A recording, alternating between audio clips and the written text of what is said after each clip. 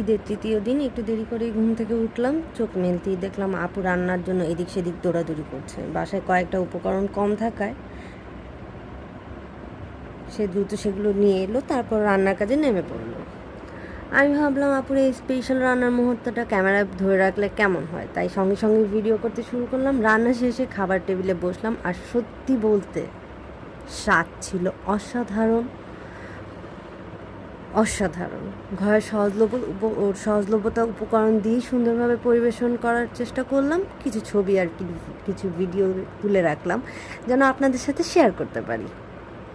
So আপনারা অবশ্যই জানাবেন কমেন্টে যে আমাদের রান্নাটা কেমন ছিল এবং খাবারের পরিবেশনটা কতটুকু ভালো লেগেছে আপনাদের। যাই হোক, এরপর আপুর মাথায় এলো আয়েশাকে নিয়ে কোথাও যাওয়া উচিত, তাই বেরিয়ে পড়লাম বাবুল্যান্ডের দিকে। নারায়ণগঞ্জের আলমাস পয়েন্টের দিকে যেতেই আলমাসের বিল্ডিংয়ের বাবুল্যান্ড অবস্থিত। সেখানে গিয়ে আয়েশা বেশ মজা করলো, প্রতিটি খেলার সাইটেই সে আনন্দে মাতিয়ে তুলল।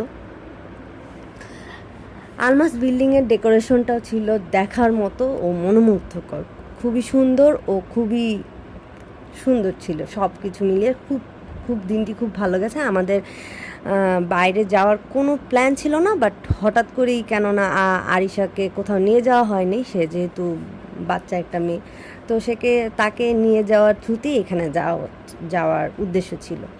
তো যাই হোক, আরিশা বেশ মজা করলো, প্রতিটি খেলার সাইটে সে আনন্দে মাতিয়ে তুললো মুহূর্তগুলো। বিশেষ করে সে কিছু নির্দিষ্ট রাইডে খুব উপভোগ করলো, সাথে আমিও। আমার মনে হচ্ছিল কেন আমার সময় মানে এত সুবিধা ছিল না, বা এরকম বাবুল্যান্ড ছিল না। তো যাই হোক, আমিও যতটুকু খুবই মজা করলাম, কারণ জায়গাটা খুবই কালারফুল ছিল, আর আমার কালারফুল জায়গা খুবই বেশ ভালো লাগে। অনেক ছবি তুললাম, অনেক ভিডিও করলাম।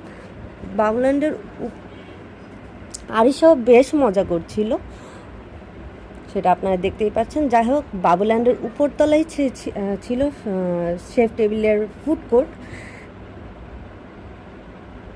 ঈদের জন্য অসাধারণভাবে সাজানো ছিল ফুড কোর্টটি। যেহেতু বাসায় বিশেষ রান্না হয়েছিল, তাই এখানে বেশ কিছু না নিয়ে কম বাজেটে চিকেন বল অর্ডার করলাম। চিকেন বলটিও খুব মজাই ছিল।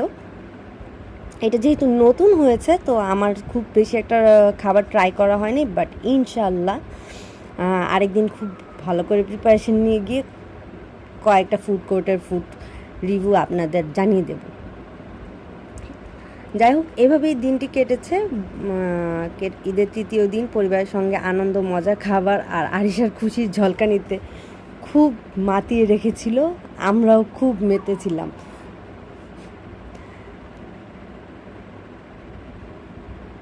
আশা করি আপনাদের ঈদের দিনগুলো খুব সুন্দর কেটেছে। আল্লাহ হাফেজ, ভালো থাকবেন এবং কমেন্টে অবশ্যই জানাবেন যে আপনাদের ঈদের দিনগুলো কেমন কেটেছে আপনাদের পরিবার ও পরিজনদের সাথে।